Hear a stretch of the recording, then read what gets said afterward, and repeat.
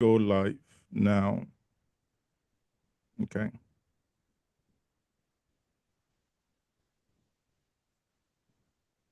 Okay. Just a moment. That's it. We are now live. On this one, I would say good evening, everyone. Thank you very much for joining us. Welcome to this edition of the State of the Igbo Nation series by Injinja Media, where we dive into the economic, social, and political current affairs shaping our Igbo. Today, I am honored to host Kalu Ajar, a distinguished financial expert, educator, and the author of Let's Talk About Your Money. Kalu's mission is to demystify complex economic concepts, making them accessible to every Nigerian. His insights on fiscal policy, wealth creation, and economic resilience are especially pertinent as we navigate the challenges and opportunity facing Igbo, or as some of us will say, the great Igbo nation. Nwanne m nwoke Kalu, Udo Deregi, welcome to Njenje Media and welcome to this conversation. How you doing? Thank you for having me, Ka. Kao. Let me fire the first salvo here. I know we are indeed going to be on time because we have on the dot. I do understand how busy you are, and you are jumping into the next X space. Now, the first question that I have for you here, my brother, looking at the economic snapshot, let's start from there. How would you assess the current economic state of the Igbo nation within the context of the Nigeria's broader financial landscape? You know, vis-a-vis, obviously, we are national, and put that in context to the Nigerian state. How do you think that we are doing, considering the fact that you have the cliche that says Igbo are very entrepreneurial and they are this, they are that? What's your take? It's a funny situation. Let me put it this way. In Nigeria, you have a country that has the macroeconomics in Nigeria. The policies are good, the numbers are bad, and the people are poor. But if you go to the southeast of Nigeria, the policies might not be that good. The macroeconomics are mirroring what the sovereign is mirroring, i.e. not that good. But the people are doing very well. How do you know this? If you look at the poverty incidence report in Nigeria, the Southeast has the lowest poverty incidence in Nigeria. Again, this is a state that has the region that has the smallest number of states, which means lowest allocations per, should we say, per capita, if you look at how FAC is shared. Very zero or very minuscule federal presence, but still had lowest incidence of poverty. In terms of educational outcomes, the South is also doing very well in terms of educating, how we see that in terms of their results of their students in school. So you have that dichotomy where you have the sovereign side is not doing too well, but in the subsector in the sovereign, the people, not the macro, not the state, but the people seem to be not just surviving, but actually prospering if you compare them with the rest. Not to say if you compare them with outside Nigeria, if you know what I mean. So that dichotomy exists. It then tells you that there are non-state actions being taken at the economic and household level that seems to propel those folks in that part of the country to then have lower incidence of poverty than the others. Now, what are those things? I mean, Ndi Igbo are not quite different from every other Nigerian. Yes, I understand that they could be, entrepreneurial in nature. But,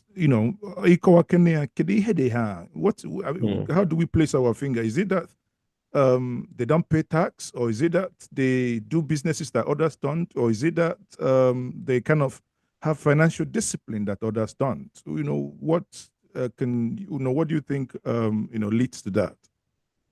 Three things. Number one is should we say, the diaspora effect, where you have access to these remittances, these funds that come from outside flowing to the Southeast. You have burials, you have weddings, and those are events that people come in with capital So Nigeria is looking for foreign direct investment. These remittances are coming in, they are flowing to the southeast, they go to the villages, people are buying something for their uncle or for their boy or for their cousin. That's capital outside the Nigerian financial system that is high interest costing.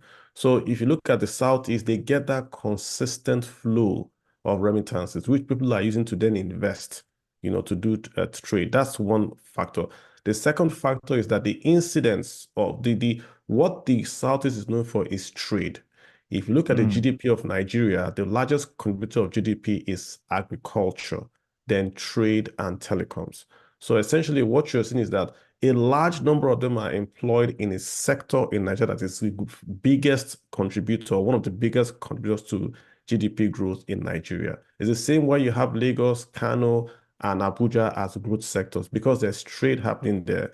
So if you are involved in an activity that is large and is a contributor to GDP, then some of the economic effects rubs off on you. Agriculture used to be large, but it's not mechanized. And because of the issues of insecurity, you don't see that wealth being generated at the household level. But with trade, you can go and open a shop, you can buy and sell this. That trade is what that sector is what's happening in Nigeria, fueled by the remittances, fueled by the international trade. So they seem to have then created an economy on their own, that they can survive the vagrancies of what is happening in Nigeria. So if you put your hand on it and you just add education as well, to say because they are more educated, then they are more liable to then get access or to understand this international trade, you then have a nexus going on there. Not to say they are the only ones, but they are the largest proportion of diaspora, trade, and education. When you put those three together and you compare to other sectors, you then see why one particular sector seems to be going ahead, even with the lack of infrastructure that they have locally. Mm. You know, I hear you. I hear you. But thinking about that, and I understand the people of Niger Delta. Let's take Edo, for instance, and let's take the hinterlands of the Niger Delta. Like let's use Edo and Delta states, and just opposing that to what you've just said. Why are we then not seeing similar? Because Edo has a very large diaspora base. Niger Delta entrepreneur as well, and also, I mean, Delta vis-a-vis, also with such large, I would say entrepreneurial and at the same time diaspora base. But it's not so much then to compare that when you look at the indices, the stats, you still see that the Southeast, just as you said at your opening statement, still appears to be doing far more better in that sense. I mean, what do you think, bearing in mind that these two regions or key indicators appear to be the same, but still they're different? Yeah, it goes again back to the point I'm making. Remittances with trade. Edo has a lot of remittances. Lagos has a lot of remittances. Abuja has a lot of remittances. But the local trade, using those remittances to do trade, is what's generating the economic activity. So take a look at Onitsha. Look at Onitsha, maybe 1960. Look at Onitsha today. You can't find a two-story house in Onitsha, literally Onitsha anymore. If you go to Onitsha in the next 25 years, it will look like Hong Kong. There will be no more five-story buildings. They'll have to build skyscrapers. Once the first one goes up in Onitsha, every building in Onitsha is going to be a skyscraper building, which means that if you go back 25 years, it's going to look like how Hong Kong is. Small, tiny place, lots of skyscrapers going to the top. Why is that happening? Money is coming in. It has to be invested somewhere. If you go to, say, Ebonyi, that's in the southeast, you don't have that same nexus of diaspora trade happening with the frequency in Ebonyi as it is in Anambra. So even if you go to the southeast, it's not everyone that is going as fast as supposed to grow. Nnewi, Onitsha, Aba, Owerri, you can't compare them with maybe other cities. So it's not just the southeast thing, but it's got to be that diaspora bringing in cheap funds, local economy, investing and generating employment. That's creating that friction that creates the economy. And that's what you then see play out. Oh, okay. I mean, I think it's very much clear, and I believe our audience also agree with me now that the clarity of thought that you have brought to this is that local part, that is the key issue here. So now, Kaiga Niru, and the second part is when we talk about entrepreneurship and entrepreneurship evolution. We always say that Ndi Igbo are renowned for their entrepreneurial spirit. I highlighted this before. And many say that this is a cliche, but I do not know if you do agree with that. And the question, Ajujum here, Bolo, how can they be harnessed to transition from these small scale trading that we do have to large scale industrialization? Point is, if I look at the story of my father, growing up in the late 60s, early 70s, 80s, and early 90s, and we had a lot of boy, and that business, the moment my father died, the business died. Now, so many large Igbo businesses are in that trajectory, and there are some without hurting anybody's feeling, but we know bigger Igbo businesses in the Southeast that we know today. We can be 99.9% sure that the moment the CEO dies, that is the end of it. So the question is, how can we harness, and how can this be harnessed to transition from these small scale trading that we have today to larger scale industrialization? Your thoughts?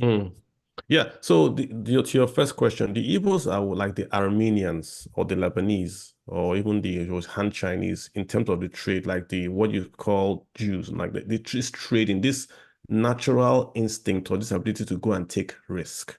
It's not really trading, it's the ability to take risk. It's that take risk that we call business, right? So an Igbo man would leave the comfort of the local government area and go to Kankia in Katina and set up a shop. He's taking a risk. You don't see the reverse, and that risk taking is the business. If it hits, he makes it. He's now quote unquote a businessman. The risk is what allows you to get the reward. Without the risk, you can't get the reward. Doesn't mean all risks give you a reward, but without the risk, you can't get the reward. Now let's now go to your second question of how you can harness you talked about the boy network, and of course, Igbos known for the Igba boy. We have the structure, the informal structure of Igba boy. What we need to do now, and it's been recognized as one of the greatest incubator programs, informal incubator